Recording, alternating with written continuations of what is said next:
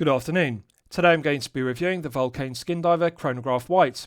This watch is available from Vulcain.ch for €2,980. Vulcain have a rich brand heritage. They were founded in 1858 in La Chaux-de-Fonds, Switzerland. Originally, Vulcain produced the Skindiver in the 1960s. Then in 2023, they produced a heritage reissue Skindiver, a piece which I have previously reviewed on my channel. So this piece, the Skindiver Chronograph White, is based upon that Skindiver heritage reissue from 2023. Now, the first thing I want to clarify is Vulcain call this the Skindiver Chronograph White, but as you can see, the dial is not actually white, it's silver, so I think Vulcain should rename it the Skindiver Chronograph Silver, but that's what they call it nonetheless. So firstly, let's look at the box that the watch comes in, and then I'll talk you through the specifications of the piece. So the watch comes in a solid wooden watch box, which is housed inside this outer black cardboard box. On the lid to the outer box, we have the Vulcain logo, and since 1858. So one removes the lid, which is a snug fit to the base, pulls down the flap, and inside the solid wooden watch box is protected by a foam panel. So I'll take out the watch box and show it to you. Solid wooden watch box, matte black, and we have Vulcain since 1858 and fine precision watches since 1858 in gilt on the top of the hinge spring-loaded lid. Absolutely flawless finishing to it in matte black, and we've also got metal hinges which are gilt plated. Good attention to detail because the base is lined with felt fabric. This felt fabric serves a purpose because it prevents a solid wooden watch box sliding around on a polished or lacquered desktop or tabletop, which is good. So one opens the spring-loaded hinge lid, and the interior is fully upholstered with black velour fabric to a good standard, and also very aesthetically pleasing because we've got a frame in gilt and then the Vulcain logo since 1858, fine watches for over a century, and it also says sold the world over since 1858, which pays tribute to its heritage since 1858 in its foundation in La Chaux-de-Fonds, Switzerland. Base is also fully upholstered, and in the centre there's a cutout which houses a padded pillow cushion which the watch sits upon. Padded pillow cushion is upholstered with black velour fabric to a good standard, and it's a good snug fit inside the base. So excellent quality presentation, high quality watch box, and immediately one gets the impression that the Vulcain Skindiver Chronograph White is a high quality Swiss made piece. Now, with regards to the items that come in the piece, it only comes with one item, which is this cardboard card. And as you can see, it says consult the user guide section on our website, vulcain.ch. So effectively, this instructions for use card is the owner's instruction manual. Now, I think Vulcain could do better than this. One has to be mindful. This is a mid-tier piece. Mid-tier is €500 to €5,000. This is €2,980.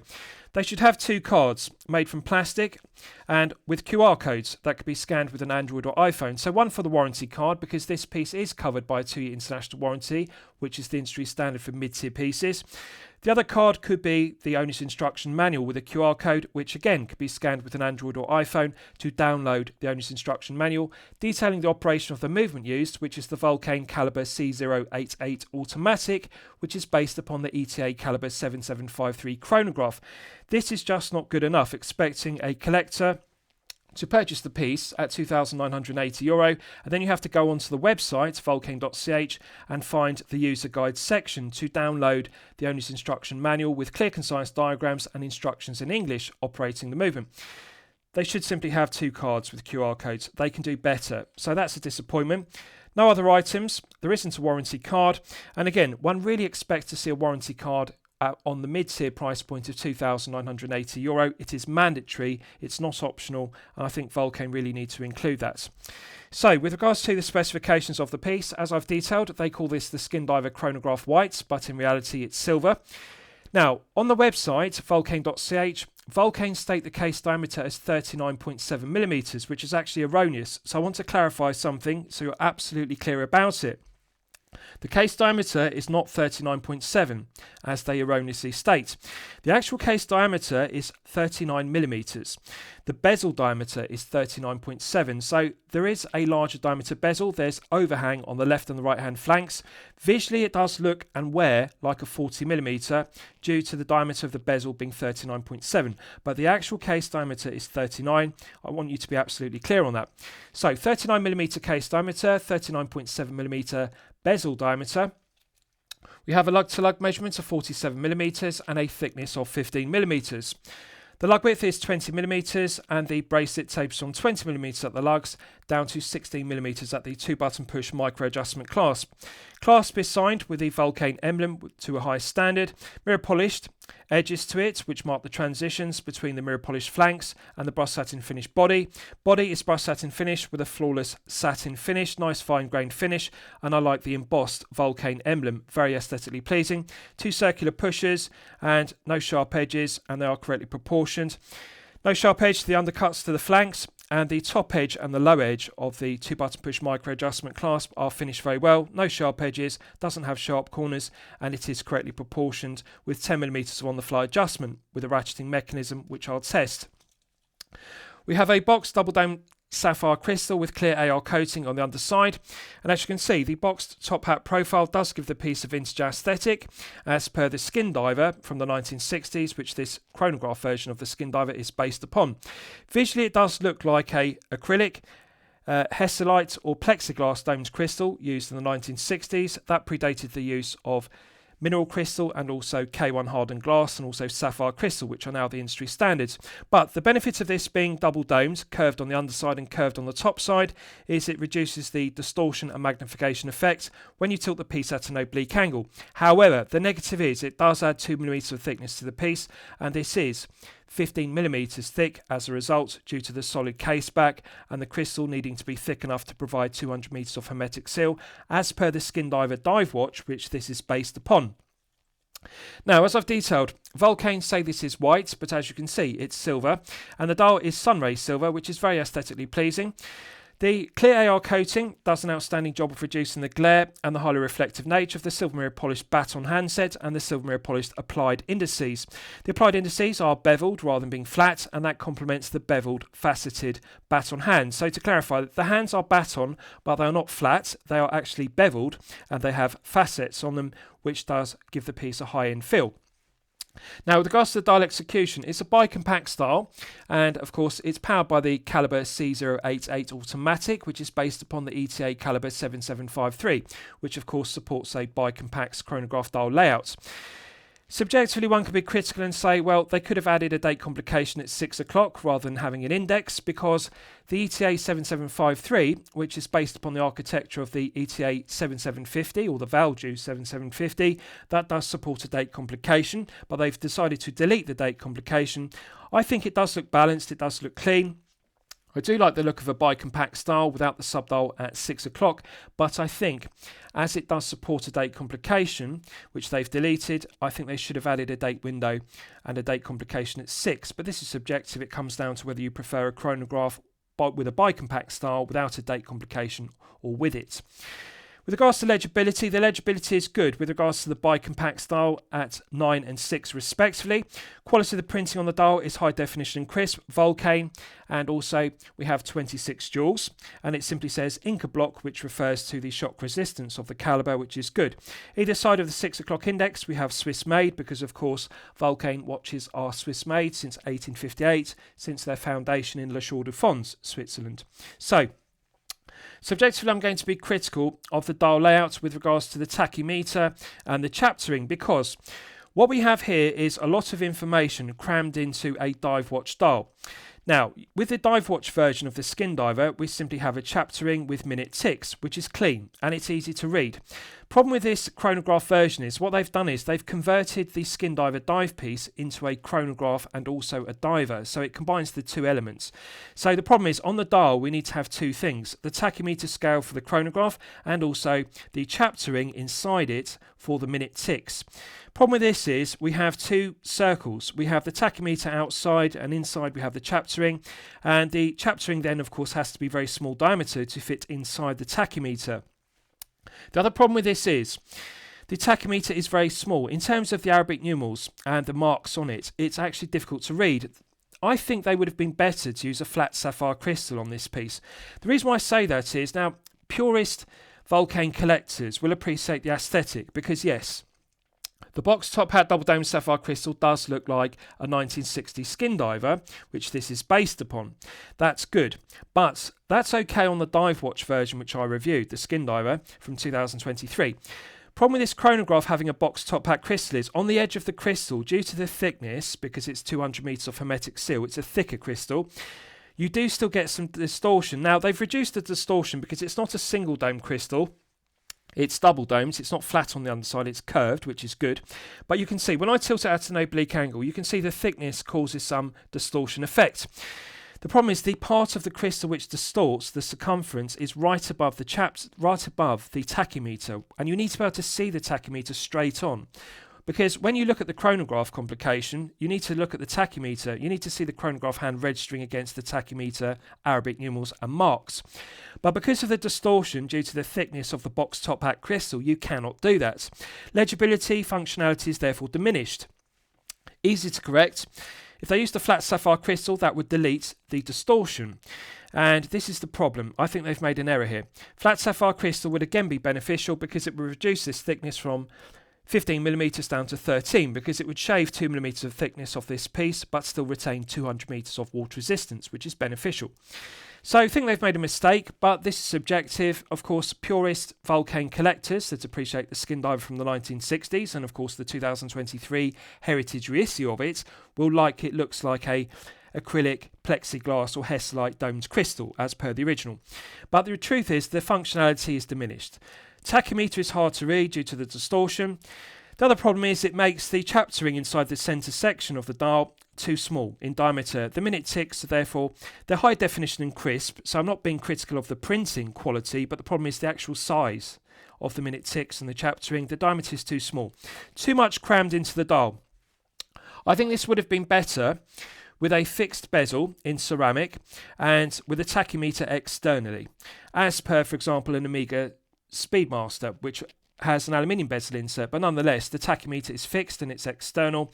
And of course one could also say as per Rolex Daytona, which has a ceramic bezel insert made from Cerachrome, and of course that is fixed, it doesn't rotate as per a dive bezel.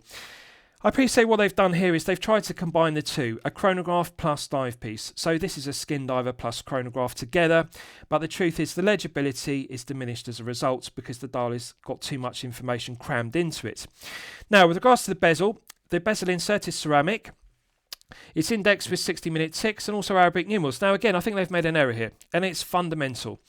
I appreciate that this tries to be a dive bezel as per the Skindiver, but also it has minute ticks. Now the other thing they've done is the Arabic numerals are small. I think they should have been enlarged. The reason why they cannot enlarge the Arabic numerals is very simple. Inside the 5, 10, 15 and 20 so on, they've also added our Arabic numerals, so 1, 2, 3, 4 and so on.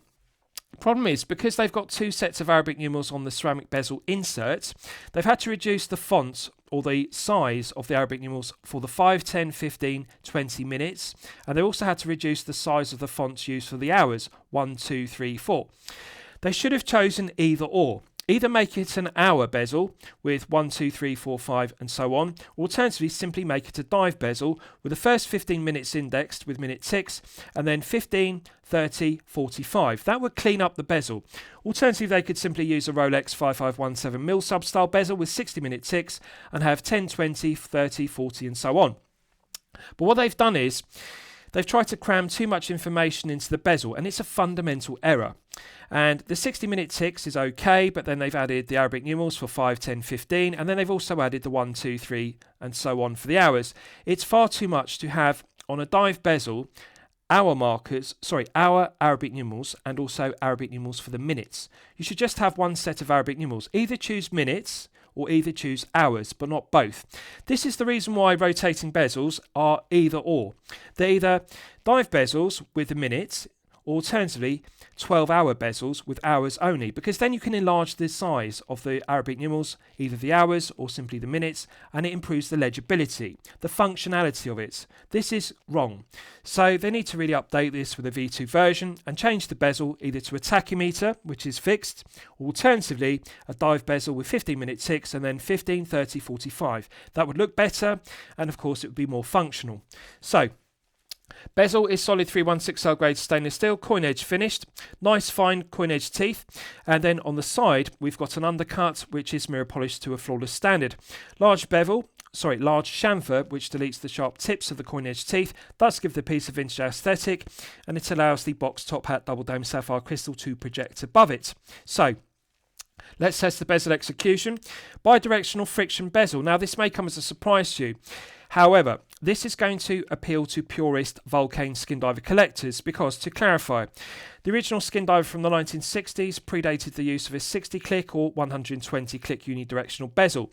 In the 1960s, dive pieces and Skindivers often had bidirectional friction bezels like this. The friction is provided by an octagonal wire, which is either made from copper or alternatively steel. And the octagonal wire sits in between two grooves. There's one groove on the head of the piece, the case, and there's a second groove inside the stainless steel bezel. And the octagon shape of it, the angles provide friction against the grooves, and that's where you get the friction from, as opposed to a click spring engaging with grooves machined into the underside as per a 60-click or 120-click unidirectional bezel. Again, I think they've made a mistake here because they should have upgraded it to contemporary specification. Now, I appreciate with heritage reissues, such as the 2023 Skindiver, which was a heritage reissue of the 1960 Skindiver, they had to make the difficult decision with the bezel. Did they update it to 120 click with a click spring, or do they retain the friction bezel as per the original? Now, of course, purist Vulcain Skindiver collectors will appreciate it being true to the original with friction. However, modern day Vulcain collectors would appreciate modern day specification because this uses ceramic, it doesn't use Bakelite, and it doesn't use aluminium bezel inserts as per the 1960s. Ceramic is of course harder and more scratch resistant, that's the benefit, and of course it does have a lumed triangle, which the original didn't have because it was aluminium. But I think they should have made this either a ball bearing spring loaded based bidirectional bezel which clicks as per a GMT bezel, alternatively ideally a dive bezel with 120 clicks.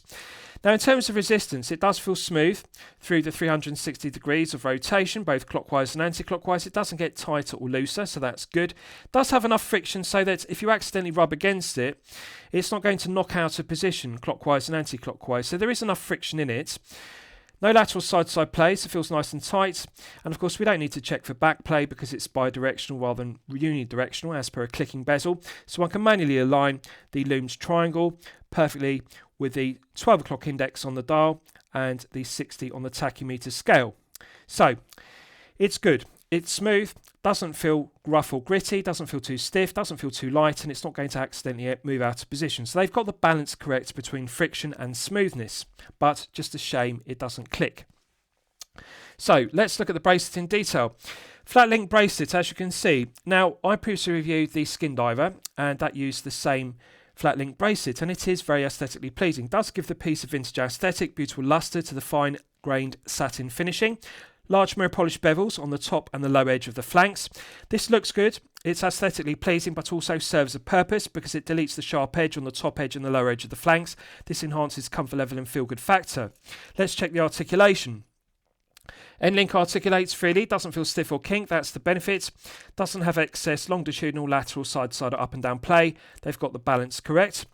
Articulates freely. It's a nice fluid flat link bracelet with a vintage aesthetic, and I like the feeling of it. Feels fluid, doesn't rattle, nice and tight, and I'm pleased to see 1.2mm screw pins used versus push pins as a production cost cutting measure. This is good because you can tighten up the tolerances. It's not sloppy, doesn't rattle, no sharp edge on the top edge or the low edge, doesn't pull arm hairs, and also doesn't scratch the wrist. Let's check the other side for continuity. Again, end link articulates freely, doesn't feel stiff or kink, doesn't have excess play in any direction, feels fluid, no stiff links. It's not sloppy, no sharp edge to the top edge or the low edge due to the large mirror polished bevels, beautiful luster to it, doesn't pull arm hairs, and it's nice and fluid. Excellent.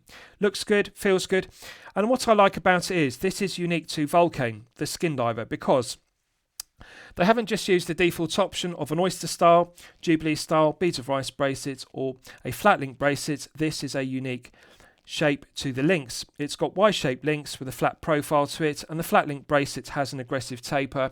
20-16 is perfection personified, which is perfect for a 39mm chronograph piece. Looks good, feels good. I really like the quality of the brush satin finishing, and I'll show you in the wrist shots. It's just absolutely mesmerising the way it catches the light. It refracts the light rather than reflecting it, and it's nice to see a different Y-link flat link bracelet used versus the default option of a beads of rice, oyster style or Jubilee style as I've detailed. Let's look at the clasp in detail. So 2 button push triggers, beautiful luster to the body, flawless mirror polishing to the flanks, heavily spring loaded buttons. Opens freely, solid mill 316L grade stainless steel internals, as one would expect. Flawless brush satin finishing to the top side, underside and flanks. No sharp edges to the top edge or the low edge of the flanks. Centre section has been deburred very well, so no sharp corners. Let's check the hinge pin. Left-hand hinge pin articulates freely, doesn't feel stiff or kink, doesn't have excess play. Centre hinge pin articulates freely, doesn't feel stiff or kink, doesn't have excess play. Finally, right-hand hinge pin articulates freely, doesn't feel stiff or kink, doesn't have excess play. Excellent, pleasant surprise. Left-hand, centre and right-hand hinge pins all are friction interference fit. Quality of the brush satin finishing is beautiful. Now, ratcheting mechanism, 10mm on the fly adjustment. Looks like a Rolex Glide Lock style clasp, but it's got a spring-loaded trigger. So it's now fully deployed. Clicks with nice positive clicks. Good, solid, heavy indexing. I like the loud audible clicks. 10mm on the fly adjustment is beneficial. Spring-loaded trigger, you simply press your thumb or fingernail into it and it deploys smoothly. And nice to see 10mm on the fly adjustment. This does not have half links in the flat link bracelets, and I think they've made a mistake here because I'll show you this in the wrist shots. The negative of these links is they are large. So to clarify, these are longer than oyster style links, and adding or subtracting one full link from this flat link Y-link bracelet sometimes doesn't give the desired fit because the bracelet will either feel slightly too tight or too loose. I think they should have added a half link on the 6 side and a half link on the 12 o'clock side because that would refine the fit. Because of course if you remove one full link from the 6 or one full link from the 12 side, the clasp is then going to sit off centre, and because there are the long links, it's going to sit off centre badly. So half link on the 6, half link on the 12 side, this would centralise the clasp and of course give a better fit. But in the absence of that, we've got this 10mm on the fly adjustment. Now, the spring-loaded trigger is heavily sprung-loaded. You push it in with your thumbnail or fingernail, and it does feel very smooth. I like the action of it. Ratcheting mechanism feels good. Deploys very smoothly.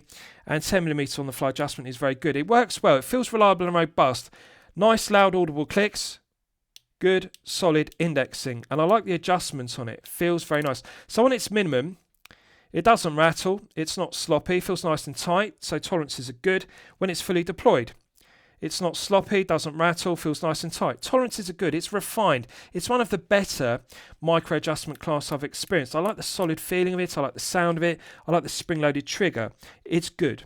They've done a good job of it. Right, so let's test the screw down crown execution and also the chronograph complications. So first of all, chronograph. Top pusher activates the chronograph. Good, heavy, solid click. Now, to put this into perspective, you have to press in the top pusher to activate the chronograph with a good, firm push. It needs more activation, more pressure than on an Omega Speedmaster or Rolex Daytona. And it feels much heavier than a Seiko VK63 or Seiko VK64 Mecha Quartz, which you will be familiar with. You really have to push it in hard, but I like it because it indicates it's reliable and robust. The spring-loaded pusher is not going to fail with regular daily wear and tear. Daily usage. So it's going to be good long term. I'm absolutely confident in its reliability. That's the point I'm making. So as always, I'm going to check the chronograph complication in 3 positions. So pressing it again, nice positive click. I like the loud audible click of it. That's a characteristic of the ETA 7753, which is based upon the architecture of the Valjoux 7750 or the ETA 7750. So iconic chronograph movements. The 7753 shares the architecture and it feels exactly the same.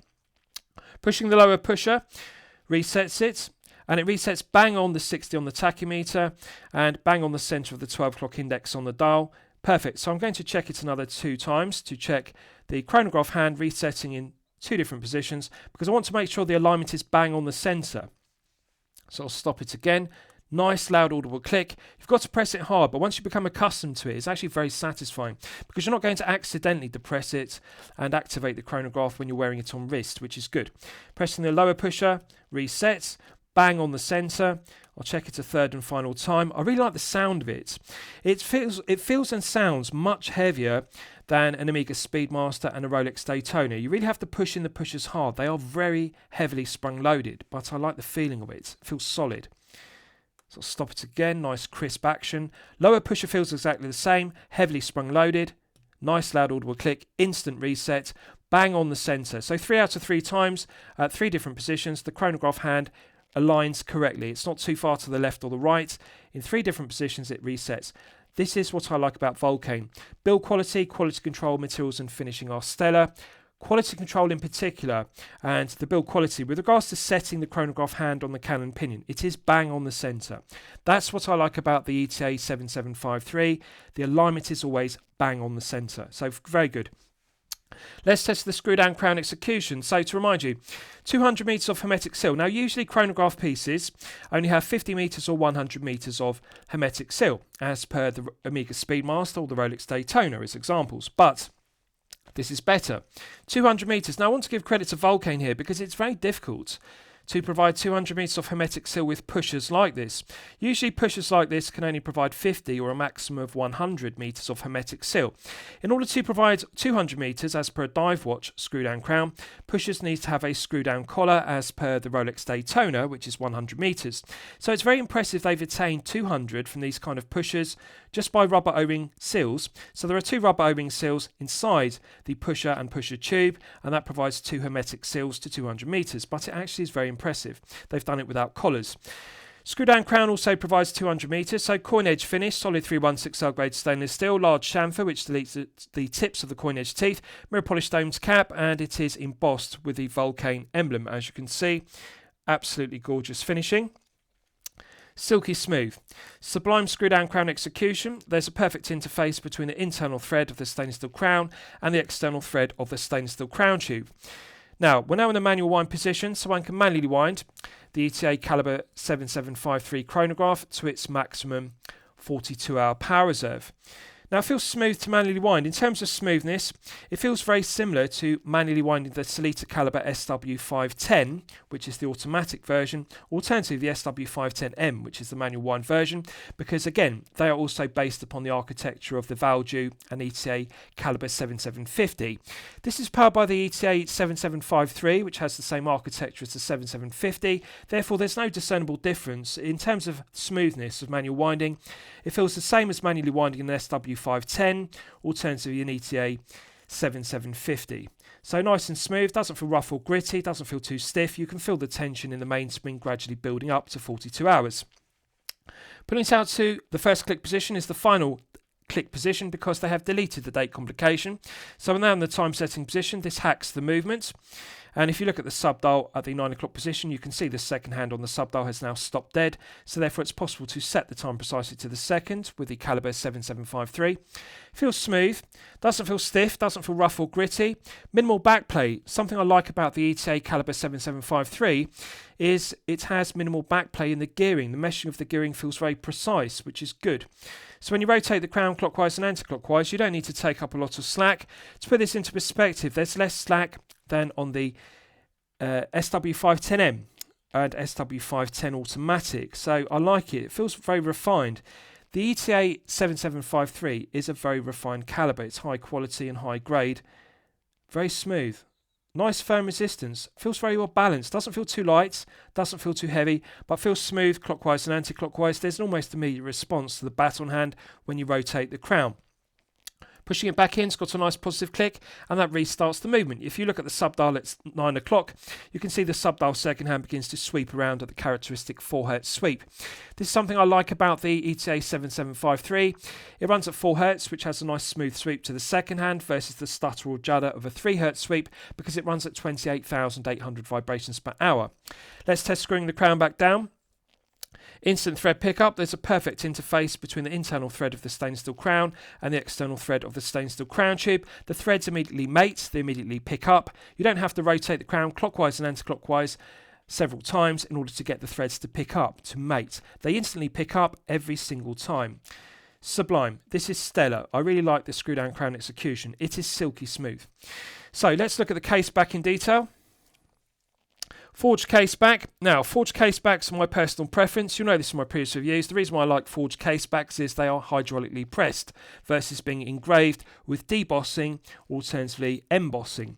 Now, this has very deep pressing, and it has a nice 3D effect. And of course we have the scuba diver, and that denotes that this is inspired or descended from the original Skindiver from the 1960s, which also has a similar scuba diver on the case back. So circumference is mirror polished, nice domed profile to it. Center section is forged, it's hydraulically pressed. The benefit of it being hydraulically pressed versus engraved with debossing or embossing is it doesn't feel sharp, it doesn't feel rough, but it is high definition and it is aesthetically pleasing. Mirror polishing is absolutely flawless. The milled slots are deburred and chamfered, and around the circumference we've got the specification, serial number and reference number of the piece.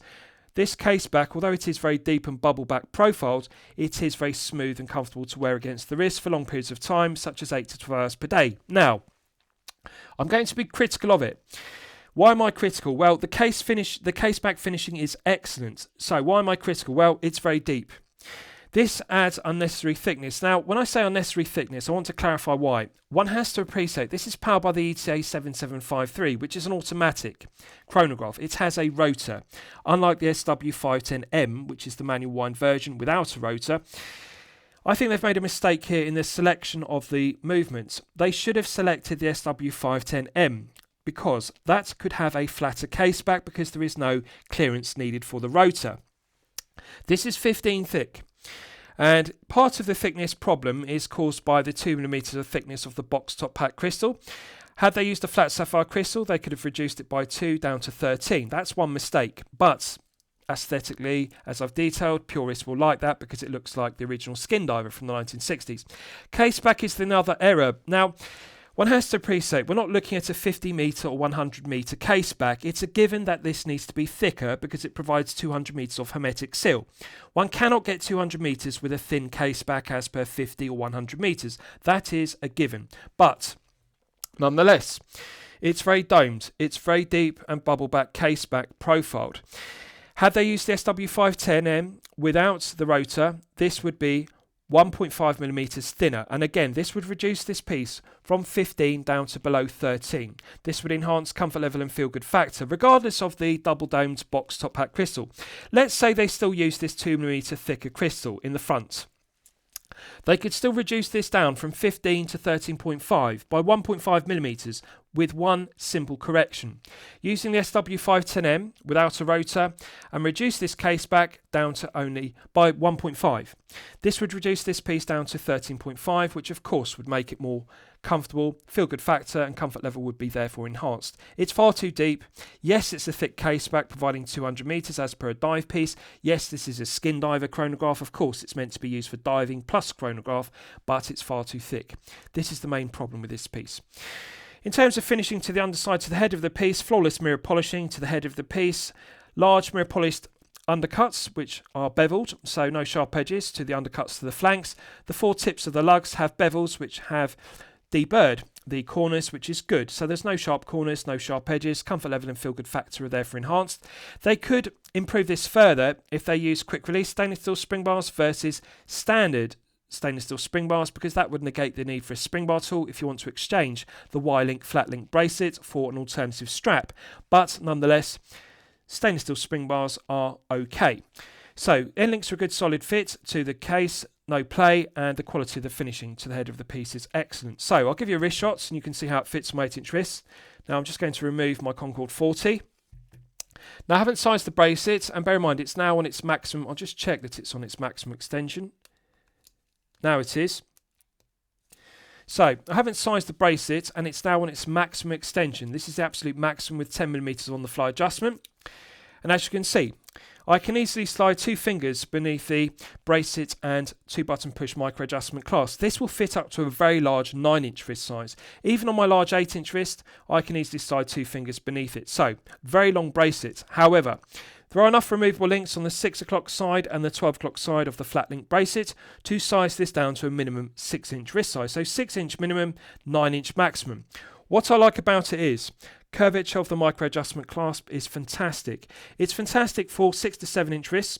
It's fantastic for 7 to 8-inch wrists respectively, because it's got nice curvature. So you're not going to get a overhang even if you have a smaller wrist of 6 to 7 inches, because it's compact. It's not too long, it's not too bulky, not too wide. Again, this is the benefit of the Perfection Personified 20 to 16 taper that's often referred to. 20 to 16 is the industry standard for good reason for a 39 or 40mm head of the piece. The alternative industry standard is 22 to 18. Clearly this is the correct choice. 20 to 16, Perfection Personified, nice aggressive taper, and the benefit here is when you get down to the clasp bend it's only 16 wide, therefore the clasp isn't too wide, it's not too bulky. 10mm on the fly adjustment is beneficial, but you can see this is not a wide, long, bulky clasp. It's low profile. I love the curvature of it. The internals are good. Curvature is good for a 6 to 7. Curvature is good for a 7 to 8. Beautiful luster to it. Looks good. The proportions are good. Micro adjustment is good. I like everything about it. Now, head of the piece fits very well with regards to lug to lug. So to remind you, 47 lug to lug is just 1mm below the 48 sweet spot, which I often refer to. 48mm lug to lug is the perfect sweet spot, regardless of wrist size, because 48 fits 6 to 7 inch wrist to perfection. 48 fits 7 to 8 inch wrist to perfection. That's why it's the industry standard for 39, 40 and 41mm head of the pieces. So 47 is just 1mm below, that's good enough. Angular profile to the lugs. Now it angles around the wrist very well, gives a nice snug fit, pulls the end link in the Y-link flat link bracelet close to the wrist. Even though it doesn't have female pivotal end links, the end links are a nice snug fit. We don't have a large abhorrent gap beneath the tips of the lugs and the flat link bracelet, even though the links are very long. Fit is good to the head of the piece, fit is good to the bracelet. However, there is one negative of this piece I want you to be mindful of, its thickness. This is 15mm, and I consider this to be 2mm too thick. As I've detailed, had they selected the correct movement, which was the Sellita SW510M, that would reduce this to 13mm. It would be 2mm thinner.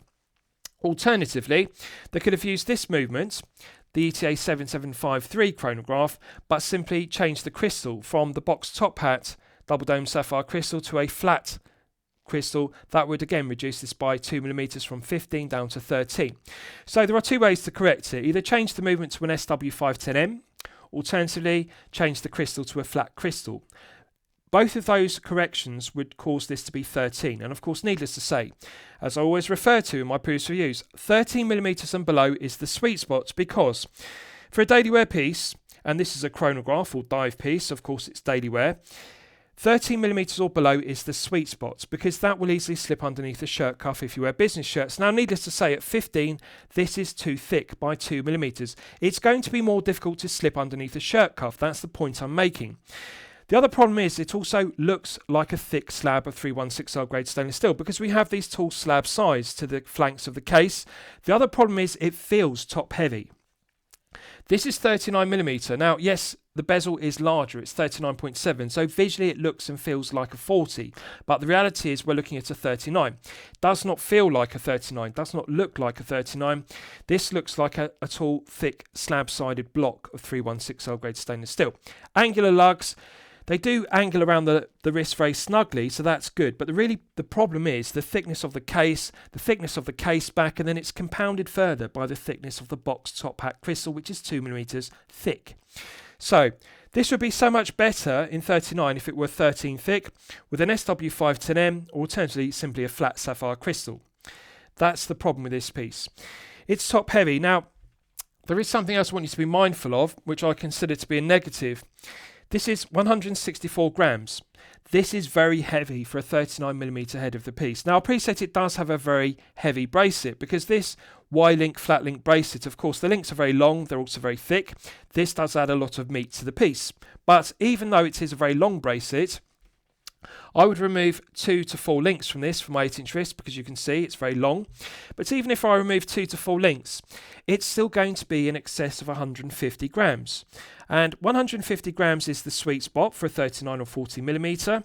164 is far too heavy. Now, of course, if you have a 6 to 7 inch wrist, you're going to be removing 4 to 6 links. That will drop it below 150, so that's okay. If you have a 7 to 8 inch wrist, you're still going to be removing 4 links. That will drop it to circa 150 to 155 grams, which is okay. But as it stands, the head of the piece, regardless of the bracelet sizing, the head of the piece feels far too heavy for this bracelet. That's the point I'm making. Bracelet has the Perfection Personified taper, so that's correct. They haven't made a mistake on that. 20 to 16 is correct. Clasp is not too bulky, it's not too thick. it's not adding too much heft. The problem is simply the case, and really it's down to the thickness of the case itself, because the ETA caliber 7753 is a thick caliber with the automatic rotor. And this is the problem with it. It needs a deep case in order to house it. Regardless of this being 50 meters, 100 or 200, the case itself needs to be thick. It needs to be deep. It needs to have depth. And of course the case back needs to be deep because it's 200 meters and it needs to provide clearance for the rotor to prevent it fouling it. So problem with this piece is it's just top heavy, and at 164 grams with 15 millimeters of thickness, you can really see it and feel it. If this were 13 millimeters with a flat sapphire crystal or the SW510M, it would be far better. Comfort level and feel good factor would be enhanced. Now, to clarify something, Vulcain are not unique with the problem they've had with this, because it's a bicompact, so of course they're limited in their choice of calibers they can use. The clear choices are the ETA 7753, which they've selected, alternatively the SW510M, or alternatively the SW510, which is the automatic version.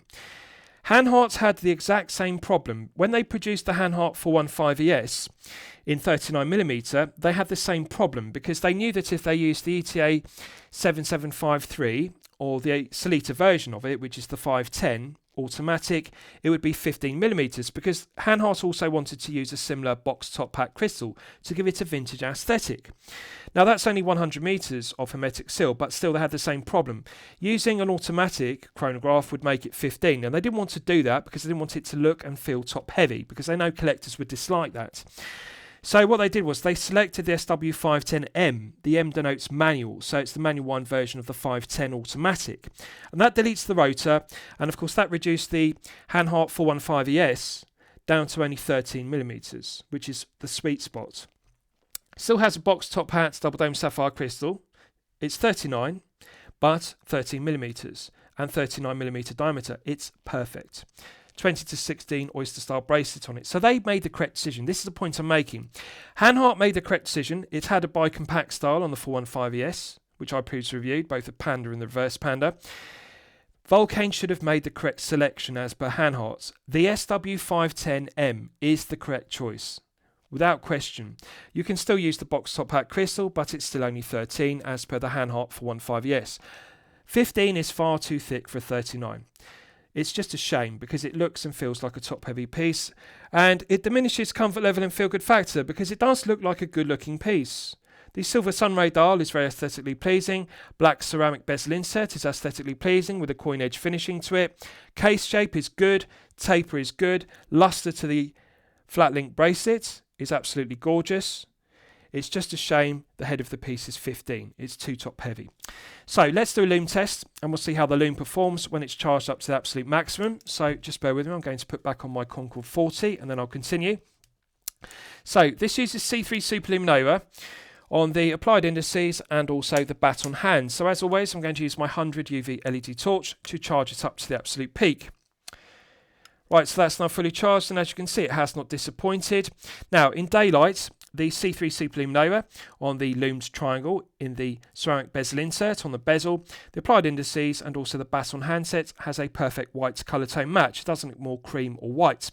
In the dark, there's also a good colour tone match, because we have the same green tone on the triangle, on the bezel, the indices and also the baton hands. But however, you can see what we're looking at here is 5 to 6 layers on the triangle, 5 to 6 layers on the baton hands, but I think we're looking at 3 to 4 on the applied indices. Now, there's something strange about this Lume I want to show you. When I shine the torch on it, the UV torch with 100 UV LEDs, it's a curiosity. The triangle glows blue and the baton hands glow blue as per BGW9. But when I take away the UV torch, you can see it glows green. And this is very strange. It's the first time I've seen this, and it's a curiosity, because as you can see, when I put the torch back, on the indices they glow green under the UV light. But if you look at the triangle on the bezel insert, and if you look at the baton hands, they're glowing blue. If I tilt it, you can see it better. The triangle is not green, it's blue. The baton hands are blue. Now, if you look at here, you can clearly see the difference. The baton hands look blue like BGW9, but if you look at the applied indices, they're now green. This is really strange. What I think Vulcain have done is they've mixed BGW9 and C3. Now, I don't know why they've done this, but I think they've mixed BGW9 in C3 for the triangle on the ceramic bezel insert as an alternative to a Lume pip. And on the baton hands, they've mixed BGW9 and C3. But it's very strange because in daylight, it looks white. And in the dark, you can see the green looks the same. This looks like C3 on the triangle, on the bezel, C3 on the indices, C3 on the baton hands. But when I put the torch on, you can see they're not green. The triangle is blue and the baton hands are blue. If I tilt it there, you can see, if you look at the baton hands, you can clearly see they're now not glowing green, they're glowing blue. There. So it's strange, they seem to have mixed BGW9 with C3 for the triangle and the hands. You can see the difference there. It looks more blue on the hands, looks more blue on the triangle, but the indices look green. Now, the other problem is, I think they've applied 3 to 4 layers on the indices because the potency of the exciter on the indices is not as bright. Exponentially with time it fades quicker. So I think we're looking at 5 to 6 on the hands, they're stellar. 5 to 6 on the triangle, on the bezel insert, that's stellar. Just bear with me, the camera's struggling to autofocus there. But if you look at the applied indices, you can see they're fading quicker exponentially with time. This tells me it's 3 to 4 layers on the indices versus 5 to 6. So what I'd like to see is an additional 1 to 2 layers applied in C3 on the indices. The indices are deep enough, they're beveled, but they do have enough depth to the indices. They can take another 1 to 2 layers. They simply need to be engraved deeper and simply inlaid with an additional 1 to 2 layers. Very easy to do. Baton hands are good enough. I like the proportions, so one can immediately differentiate between the shorter hour hand and the longer baton minute hand. That's good. Triangle is okay on the ceramic bezel insert, doesn't need to be improved upon, but you can see it's just a curiosity why it looks like they mixed the Lume. Why do they use BGW9 mixed with C3 on the hands? Why do they use BGW9 mixed with C3 for the triangle? Presumably to improve the longevity, and it does work because you can see when I take away the torch, the hands and the triangle have more potency, probably due to the addition of the BGW9. Still looks green rather than blue, but I think they should have done the same with the indices. If they're going to mix it, this is the point I'm making. If they're going to mix BGW9 with C3, they should simply do it throughout in all 3 places, bezel, dial and hands. What they've done is they've mixed it on the triangle and the hands, but they haven't done it on the indices. And you can see the problem. Hands look blue and then the indices look green. And when it's charged, the indices just don't have the same potency as the hands. Initially, they do look like the same potency, but you can see there, the indices are fading quicker than the hands and the triangle. So one could be magnanimous about this kind of production cost-cutting measure or mistake if this were a low-tier piece between €0 and €500, but we're not looking at low-tier here, we're looking at mid-tier. So to remind you, mid-tier is 500 to 5,000. This is well within the mid-tier. We're looking at €2,980, nearly 3,000. So on the cusp of €3,000, it has to be the industry standard. 5 to 6 on the bezel, 5 to 6 on the indices, 5 to 6 on the hands. Either BGW9 or C3, but not mixing the two. It is acceptable to mix different colours of superluminova. For example, often X1 is added to C1 or C3 to give it more whiteness, more potency. That's okay. Alternatively, you can mix X1 with BGW9 to give it a whiter blue look. But that's X1 or C1 or X1 and BGW9. One doesn't mix BGW9 and C3 because of course they're different colours. BGW9 is blue, C3 is green. So I don't know why they've done it, it's a curiosity, but that's just the way it is and I wanted to show it to you under the UV torch so you understand the problem. So there's room for improvement. Now, let's discuss the movement use because it's my favourite aspect of the piece. So, as I've detailed, this is powered by the Vulcain Caliber C088. What the Caliber C088 is in reality is it's based upon the ETA Caliber 7753. So the 7753 is based upon the architecture of the iconic Value Caliber 7750 or ETA Caliber 7750. They share the same architecture, the only difference is the position of the subdials. So instead of having 9, 6 and 3, we have a bicompact style with 9 and 3 subdials. But that's the only difference, and of course they've deleted the date complication which would have been at 6. But other than that, the architecture of the 7753 is the same as the 7750, which it's based upon. Has 26 joules. It runs at 28,800 vibrations per hour and a frequency of 4 Hz. It has hand winding and hacking, which useful complications, and as I've demonstrated, works well. Date complication has been deleted. 42-hour power reserve is perfectly acceptable. Now, the accuracy. To clarify, the ETA caliber 7753 is available in 3 grades. The accuracy depends on the grade selected. So I'll run through the grades and then I'll explain the accuracy of this one. Standard grade is plus or minus 30 seconds per day. Top grade is plus or minus 15 seconds per day. Chronometer grade is -4 to +6 seconds per day. So the chronometer grade can be regulated within COSC chronometer limits of -4 to +6 in 5 positions. Now, Vulcain used the caliber C088 automatic, which is based upon the ETA 7753 standard grade. Standard grade is plus or minus 30. However, they are regulating the caliber in 5 positions to better than the stated accuracy of plus or minus 30. They're actually regulating in 5 positions to chronometer accuracy of -4 to +6. This one is running consistently when fully wound to its maximum 42-hour power reserve to +3 seconds per day. So +3 is well within the stated plus or minus 30 of the standard grade. +3 is well within the top grade of plus or minus 15. And it's actually within chronometer grade, which is the very best of 7753.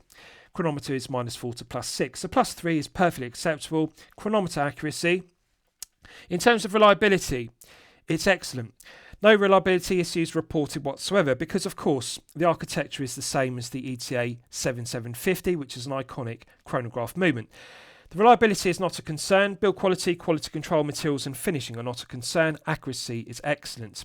So 3 different grades. Although this is the standard grade versus the top grade or chronometer grade, it's regulated in 5 positions to chronometer grade, which is okay. +3 is stellar. 42-hour power reserve is good. Manual winding feels good. Hacking works well. Excellent. The only difference, or the only thing I would like to see changed about it is, as I've detailed, I think they've selected the wrong caliber here, simply because this is an automatic and it's too thick. The SW510M, as used in the Hanhart 415 ES, which is a 39mm, as I've detailed, that would have been the correct choice. This would have been only 13mm thick, because you can now see the problem. Thick bubble back case back, thick top hat double dome sapphire crystal, 2mm thick crystal, thicker case back. The case itself is far too deep. If this were powered by the SW510M, the manual wind version of the 510, 13mm. Still would be 200 meters, and of course it would feel better, look better. Comfort level and feel good factor would be enhanced. It would still attain chronometer accuracy of -4 to +6, regulated in 5 positions. Vulcain have simply selected the wrong caliber for this. The ETA 7753 is an excellent chronograph, but it's just too thick. That's the problem with it. The SW510M is thinner, but it's equal quality, build quality, quality control, materials and finishing, equal accuracy. That's the point. Vulcain really should release a V2 version of this, powered by the Selita SW510M, and slim this down in the V2 version from 15 down to 13 to correct the errors. So lastly, I'll summarise the piece. What do I think of it overall? Well, when I'm considering reviewing a watch on my channel, the watch meet 2 criteria. It should be both excellent quality and excellent value at the respective price points. So mid-tier piece, mid-tier is €500 to €5,000. €2,980 is the price point. I'm going to declare it good quality, and I'm going to declare the value as okay. I'm not going to say good quality and good value, and I'm not going to say excellent quality and excellent value, because this does have some shortcomings. The performance of the Lume on the applied indices is not good enough. I think we're looking at 3 to 4 layers. What I dislike about it, as I showed you, is the mix of BGW9 and C3 on the triangle and also the handsets, and then the clash, because the indices clearly are not the same. And they only have 3 to 4 versus the 5 to 6 of the hands and also the triangle. So they need to improve the superluminova to 5 to 6 layers and simply stick to one colour. Either C3 or alternatively BGW9, but not both. That's the point. The reason why I downgrade this in terms of value and quality is simply due to the thickness, because 15mm is far too thick. Yes, I appreciate it's a Skindiver. Yes, I appreciate it's 200 meters. It is a credible dive piece as well as a chronograph, but I think it's just far too thick to be practical. Comfort level and feel good factor are diminished. It needs to be 13. 15 is far too thick. It's a shame, because quality of the head of the piece, quality of the bracelet, quality of the micro adjustment clasp are all excellent. Build quality, quality control, materials and finishing are all stellar throughout, with the exception of the Lume, and it's wholly unacceptable. One cannot be magnanimous about shortcomings with regards to superluminova. In the mid-tier, between 500 and 5,000, it has to be 5 to 6 layers on the bezel, 5 to 6 layers on the dial, 5 to 6 on the baton hands. There cannot be any production cost-cutting measure in order to maximise profit margin per piece. At €2,980, this does face some stiff competition. And the direct competitor to this piece is the Hanhart 415ES, which has an SW510M. It's made in Germany with a Swiss calibre. Better performance Lume, that's the reality of it. Similar specifications, but the truth is it's better because it's 30mm versus 15.